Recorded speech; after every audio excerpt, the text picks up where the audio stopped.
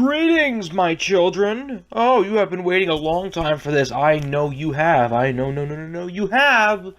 Ladies and gentlemen, this is finally the review of CCW's Gold Rush. I know Lucas Hackett has been waiting in anticipation for this review.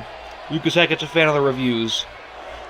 And considering I've already reviewed Game Over, London Calling, and I really hope I reviewed King of the World.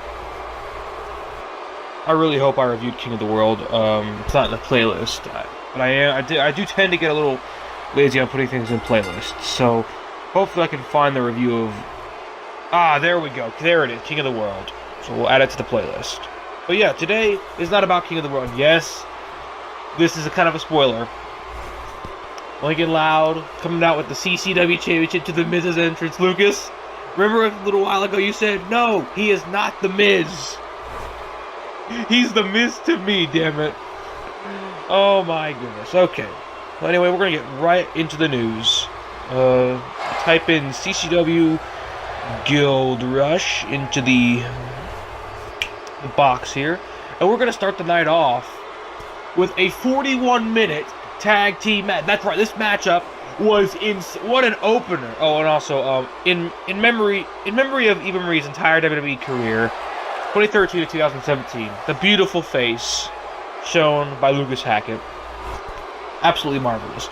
But this matchup was for the CCW Tag Team Championships. We had the American Legion, Duke and Stan Smith versus the CCW champions, oh my propane mama, Hank Hill and Johnny Bravo, with Bobby the Brain Heenan at ringside. And when you have a match that's 41 minutes, you tend to get a little bored of it. But there was no boredom in this match, folks. There were close calls at every turn. And this matchup was truly, truly epic. And it was, in fact, everything I had hoped for in a tag team match. As Lucas had asked me in the comment. He asked, was it everything you hoped for in a tag match? It was that and even more. And in the end, the American Legion pulled off the upset win. I didn't think they were going to win, but somehow Stan Smith and Duke pulled off the W. Somehow those two pulled it off for the good old US of A. Now, hopefully they're not putting into any storylines where, there's anti-Americans. I really hope that. However, I feel like their reign's not going to be very long, considering the recent thing that's going to happen. But, you know, the American Legion, USA. Even though Stan Smith is one of the least American people that I would see. But besides that. We're moving on to the next match, in which we see, that no good Dirty Rotten Eddie, with Ed in his corner. That no good Eddie, that scamming piece of garbage, Eddie, go one-on-one against Hopper Crookington with Michelle Mermaid in his corner.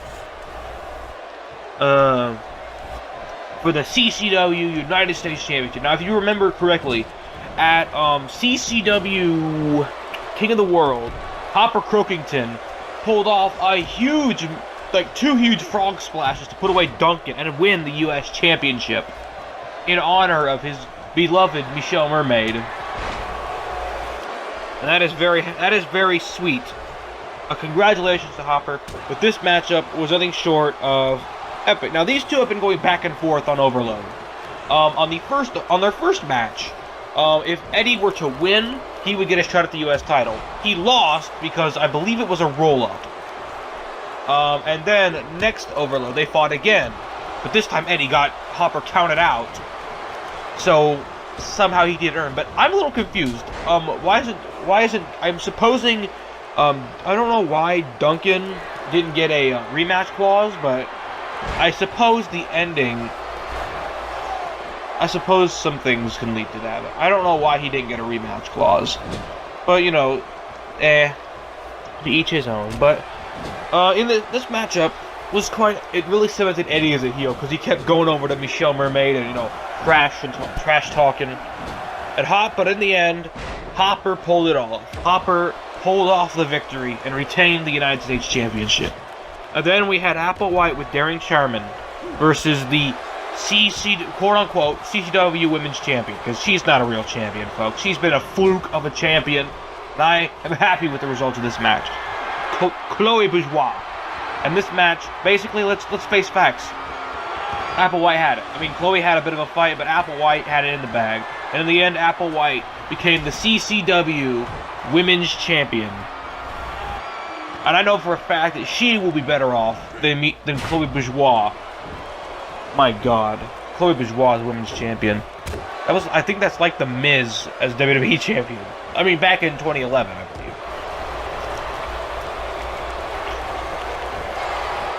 No, it wasn't. At least he had a decent run at the very least. So yeah. Chloe Bourgeois is finally not the women's champion. Hopefully she'll be a jobber for Eva Marie.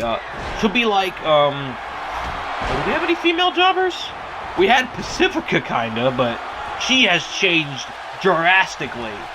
And, spoiler alert, she's not gonna be a jobber anymore. I've got some stuff planned for her. But suffice to say, she was able to win. Way to go. And also, during this episode, he ran a fanfiction that he wrote about Applewhite and Daring. And, well, I thought it was really sweet, but I didn't... But probably because I don't watch After High, I didn't understand a lot of the like, I don't know what Destiny Day is, and... I mean, I might have to do some research to get a full understanding. I don't know, like, Raven, this girl, I think her name was Raven, like, ruined Destiny Day for people. And you know, it's something about, heavily after, I don't know. It's not cringy to me. Why would I even say that? No. I guess because I made that sound. I make that sound a lot when I'm confused, but I don't know what to say. I get flustered in my words. All in all, I think it's kind of it interests me. I'm actually very interested in finding out what this is all about. Like I'm tempted to go on the wiki for Ever After High and actually look at what Destiny Day is. It's confusing when you don't know much about like your characters and the setting. It's a little confusing, but the concept of it, them being together, despite what might happen, it's sweet. I liked it. Another great fic by Lucas Hackett. Hopefully this becomes an annual thing. Like every pay-per-view he reads us a good old fic. I'm kind of hoping next he reads Lincoln and Ronnie Ann or Flutter Mac. That's just what I'm thinking. But yeah. Anyway, that was the end of part 2. I'll try to leave it like I did in the last review. I'll try to leave a link to the fan fiction in the description. Link no matter what happens is what it's called. I believe I did leave a link to it in the last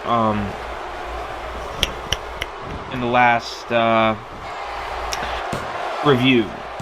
Link the Jacket Required fanfiction. But anyway, let's not ponder on fanfiction. We are here to review a CCW pay-per-view. And up next, we had Evil Incarnate versus Mumra versus Darkwing Duck and Launchpad with Quack, who are the beatdown tag team champions. Oh, pardon me. Very unprofessional. Excuse me.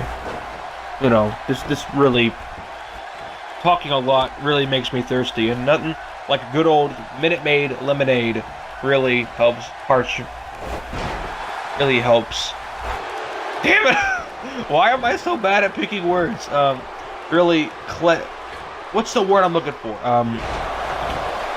Something satisfies my thirst. There we go. That's not the word I was looking for, but who cares? We're going way off topic here. So Cobra Commander and Skeletor face off against Darkwing Duck and Launchpad Quack, and this match was really short because Cobra Commander got an 8-second ride, and that was it. Like it wasn't like instant, but it was pretty close.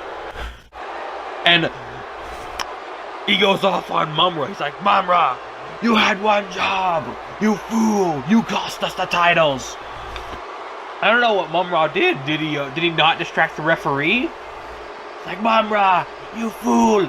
You cost us the tag title. You are out of Evil Incarnate. He gave him the like this neutralizer pile driver, like the like a cradling pile driver. And then Skeletor joins in, and they give him another pile driver. And Skeletor takes the mic, Mumra, you are out of Evil Incarnate. Meet the newest member of Evil Incarnate. And oh my god, I was shook when I saw who was the newest member of Evil Incarnate. It was the Shredder, the newest member of Evil Incarnate. I was absolutely hyped because I love the Shredder. Shredder will always be one of my favorite villains of all time. And the Shredder, they take out Mumra for good, and for some reason Caillou was there. I don't know why Caillou was there, but yeah, Mumra's kicked out of Evil Incarnate. I don't know if he's still in CCW or not. He's probably not. But yeah. So yeah, that ends that match. Evil Incarnate are, they were unsuccessful, but they got a new member in the Shredder. And I think he's like the leader now or something. The leader of Evil Incarnate. But, what he did... oh, hold up. Little spoiler of Overload. Evil Incarnate was drafted over to Overload after Gold Rush. And Shredder made his debut against proverbial jobber Caillou, aka Whiny Bitch. So yeah, he squashed Caillou. And I feel like the American Legion's reign might be cut short by your boys Evil Incarnate. I'm fully behind Evil Incarnate now. I am a mark for him. Why do you think I'm pushing Lincoln out to the max here? Look at this guy. Look at him. I put a lot of work into this call. See, why do you think Leon's like my top heel? I'm a mark for the heels. Well, because I like the Loud House. I feel like Lincoln, is the perfect candidate for a new up-and-comer to be a heel. So anyway, yeah, Lucas Hackett, he's still the Miz. But then we move on to the first of 4 Money in the Bank briefcase matches. This is for the Women's Championship on Overload, the CCW Women's Championship. We had Chitara, Frankie Stein, Star Butterfly, Baroness, and the Queen Bee Heather, and the Rich Girl Taylor. All in a 6-woman ladder match for the Money in the Bank briefcase to see who can challenge the champion, who at the moment, who can challenge Applewhite at any given point she wants. And I was kind of rooting for Heather here, to be god honest. I was rooting for Heather, but in the end, the result was actually pretty fine by me. Somebody I saw as being a credible women's champion, Star Butterfly, was able to climb up that ladder and get that briefcase. However, it strikes me odd, considering she was given an opportunity to face Applewhite at Summer Jam, which is going to be the next CCW review we do. I mean, it's not just about me baffled that she won the match, it's baffling that she was actually even put in it, considering she's got the Money in the Bank. Like, if I were to give somebody a Money in the Bank briefcase, like Skeletor, I'm not going to be putting him on any #1 contender matches, because he's already got a one-way ticket to a title shot anytime he wants. So I'm not trying to judge Lucas Hackett for his choices. Maybe he was a little low. Maybe he just couldn't think of anyone to go up against Heather, which he was controlling Heather in. Both these matches, I can really tell. You can really tell when he's controlling characters. But yeah,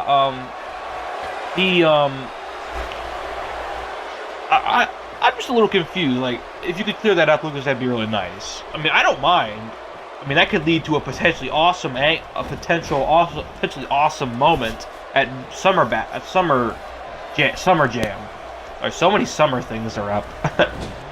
But yeah, that's just my thoughts on the matter. So yeah, Star Butterfly not only is the Money in the Bank briefcase holder, she's going to Summer Jam to face Applewhite. Are we going to have to start the hashtag push Heather? Hashtag push Heather. I hate her so much, but I want her to actually be a champion, because I know for a fact she could be an awesome champion, a great heel champion. Lucas, if Heather ever becomes women's champ, you can't treat her like Chloe Bourgeois. You have to treat her like freaking Charlotte. Like, treat her good, please. I appreciate that, even though I hate her guts so much. I hate her so much. Next we're moving on to part 4. Oh, yeah, it is. Butterfly on the... Okay. So this match, for the opening contest for part 4, was another 6-woman ladder match. This time for the Beatdown Women's Championship.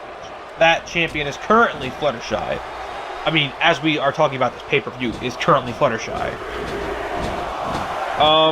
And this matchup was actually pretty good. It was a really good match. I was really rooting for Sunset Shimmer here. I really wanted her to walk away with the win, but unfortunately she didn't. And it was actually Bridget, Jeff's girlfriend. Yeah, Bridget walked away with the win. That's a shock. That was a shock. I did not expect Bridget to walk away with the Money in the Bank briefcase. So, potential future women's champion right there, folks. Bridget. Like I said, I was kind of rooting for Sunset Shimmer there. But, you know, to each his own. Next match was, we had Vanessa Doofenshmirtz with Twilight Sparkle versus this current CCW Beatdown Women's Champion Fluttershy with Big Macintosh in her corner. You neglected to leave that out of your description, Lucas. That Big Mac was accompanying her. It was for the CCW Beatdown Women's Champion. And this match was a war. Ladies and gentlemen, it truly cemented Fluttershy as the underdog champion. She's great women's champion. Like,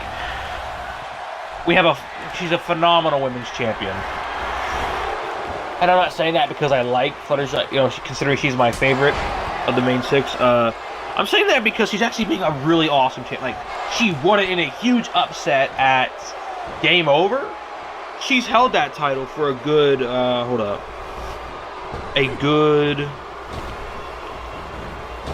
take a look. I want to say a good 2 months now. She has been holding that title for a good 2 months now.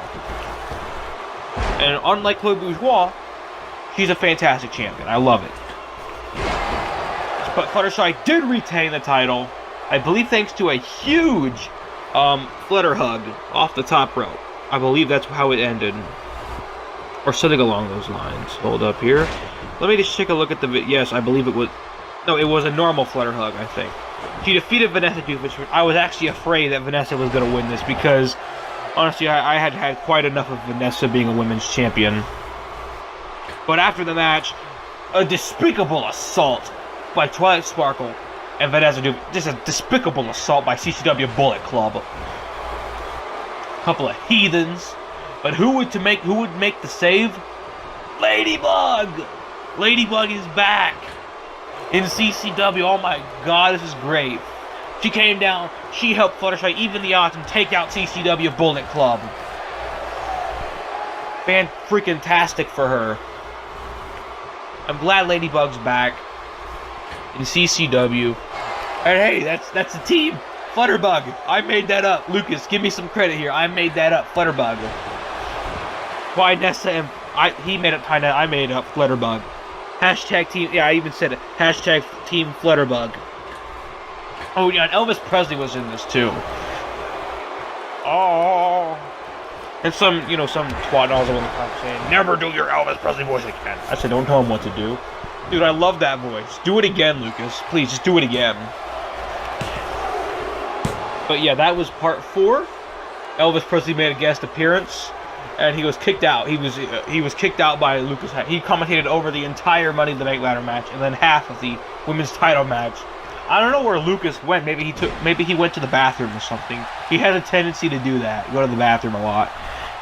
But ladies and gentlemen, we move on to part 5 of CCW Gold Rush.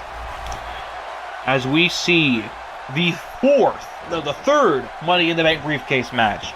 And the Revolution title on the line. Hold up.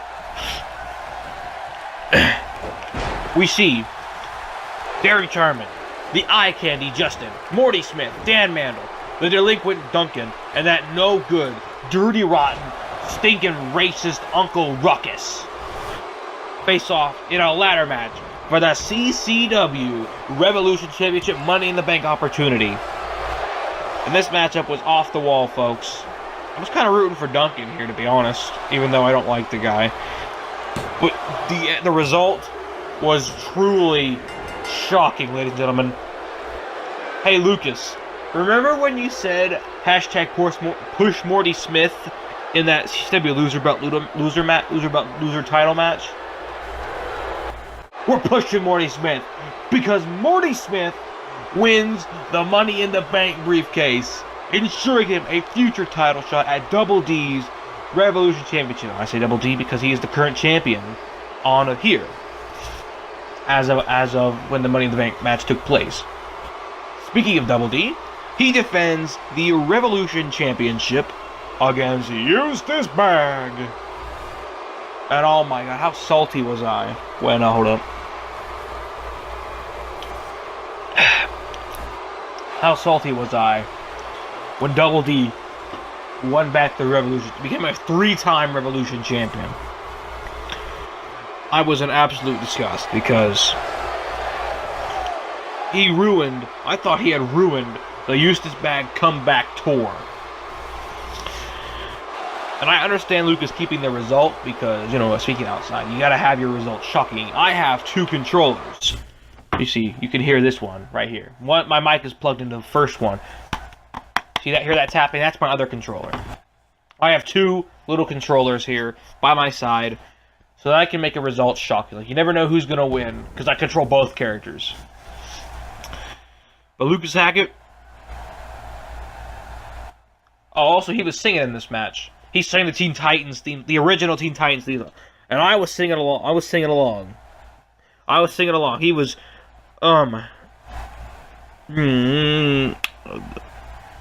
just beautiful. Wesley Little Woosley in the comments says, Daniel Donahue, I'm watching you. Oh, I love Wesley. He's hilarious. But how salty was I when Double D won back the Revolution Championship? But tonight, Lucas did not let me down because Eustace Bag is back. The Eustace Bag comeback tour is back on the road. We had a bit of a pit stop, folks. We ran out of gas. We had to replace some parts. But the Eustace Bag comeback tour bus is back on the road. From London to... We're going from London... Oh my god. It started at London and we're keeping it going, folks. We had to take a short pit stop to get some gas and some new parts and some nachos for the road. You know, we like the nacho chip Doritos. But you know what? We got back on the road ASAP when Eustace Bag won back the Revolution Championship. Welcome back to the main event scene, Eustace. Wow, I can't believe we have Eustace Bag as a world champion. Spoiler alert, Duncan going to face him at Summer Jam. And Morty Smith with a Money in the Bank briefcase. That is a... Lucas Hackett is making guys in the main event that I never would have thought would be in the main event. But I don't care, because CCW, anything can happen. Anything can happen. So, thank you, Lucas, for putting the Eustace Bag Comeback Tour bus back on the road. This is why I love Lucas Hackett, folks. He's a phenomenal individual. I love the guy. He's great. Next up, it's final, the 6th part. We see Jack Skellington, the former Intercontinental Champion, who honestly wasn't very good because he wasn't defending his title. Dean Ambrose, Hunter Huntsman, Reggie Mantle, Monty Monogram, Flash Century, Carl Brutanadalewski, who is the current CCW Intercontinental Champion, who defeated Jack for the title. All in a Money in the Bank ladder match for the title. I was actually still praying that Reggie did not win this, because I still don't want him to be in the main event scene. I had no influence on how Reggie... In fact, I was kind of thinking Monty Monogram was going to win this. I thought Monty Monogram had this in the bag. But to my surprise, Hunter Huntsman climbed the ladder and hooked the briefcase. So, Hunter Huntsman, this eco-vegan, is going to be a future CCW champion. Also, I learned something today on Lucas Hackett from his video on Gold Rush. Austin Aries is a vegan. I did not know that. I didn't know Austin Aries was a vegan. That's really interesting. I knew Dana Bryan was, but not Austin Aries. But yes, Hunter Huntsman pulled off the win.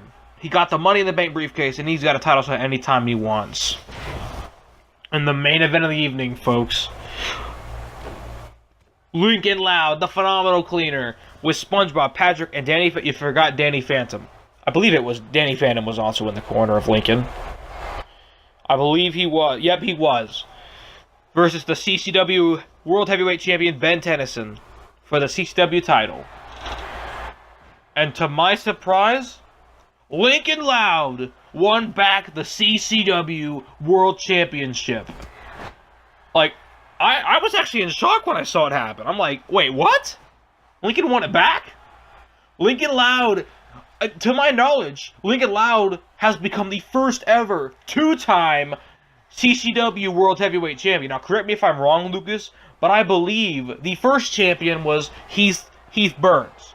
Lincoln Loud then won it, Ben Tennyson won it, and then Lincoln Loud won it back. Poor Ben, man. Poor Ben. Hopefully he gets another run someday.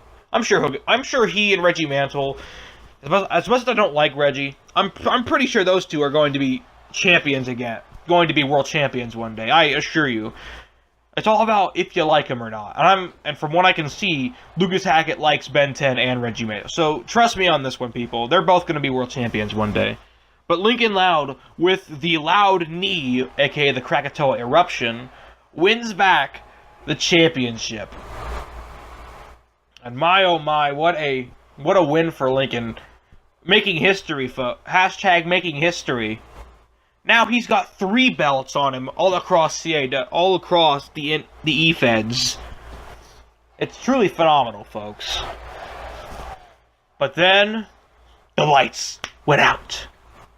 And from behind, the Beast appeared and delivered the Beast's roar.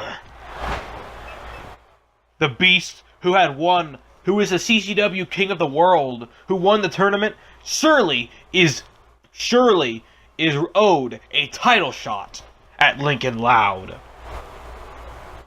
That is surely the case here tonight, folks.